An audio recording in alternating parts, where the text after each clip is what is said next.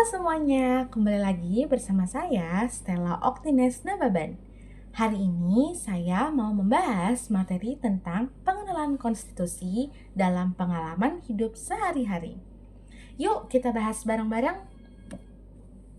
Nah teman-teman, apa sih itu konstitusi?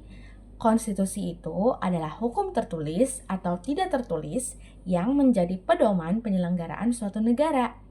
Isinya itu mengatur hubungan antara pemerintahan, lembaga negara, dan juga warga negara.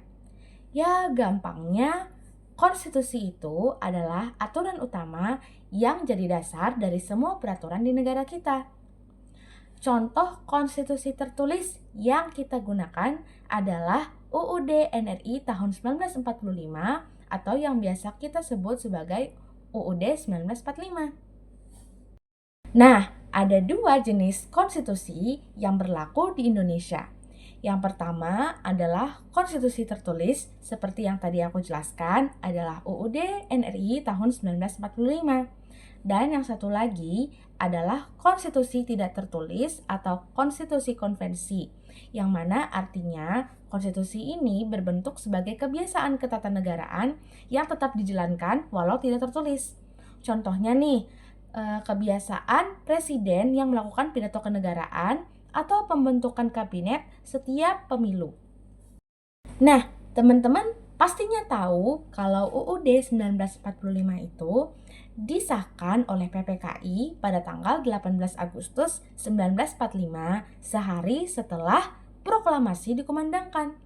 Tapi kalian tahu nggak sih kalau ternyata UUD 1945 pernah digantikan beberapa kali dan juga pernah mengalami perubahan loh.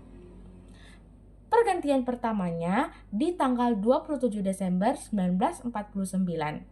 UUD NRI 1945 resmi digantikan oleh Konstitusi RIS pada tanggal itu. Lalu kemudian di tanggal 17 Agustus 1950, Konstitusi RIS digantikan dengan UUDS 1950. Dan yang terakhir, di tanggal 5 Juli 1959, Presiden mengeluarkan dekret yang isinya kita kembali lagi menggunakan UUD NRI tahun 1945. Lalu untuk perubahannya, UUD 1945 itu pernah mengalami 4 kali perubahan dari tahun 1999 sampai tahun 2002. Kenapa dilakukan hal itu? Tujuannya supaya UUD kita bisa jadi lebih demokratis, modern, dan juga sesuai dengan perkembangan zaman.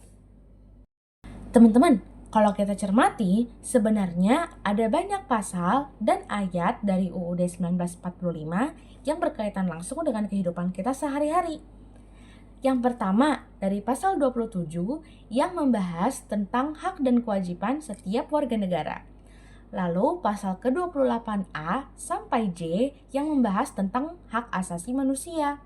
Pasal 29 yang membahas tentang agama, pasal 30 membahas tentang bela negara, pasal 31 dan 32 yang membahas tentang pendidikan dan kebudayaan, lalu yang terakhir pasal 33 dan 34 yang membahas tentang ekonomi dan kesejahteraan sosial.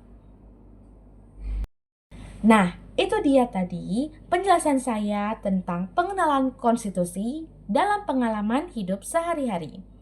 Jadi, yuk sekarang kita sadar kalau nilai-nilai konstitusi itu gak cuma ada di buku pelajaran, tapi juga ada dalam kehidupan kita sehari-hari. Sekian video saya hari ini. Terima kasih banyak sudah menonton. Sampai jumpa di videoku yang selanjutnya.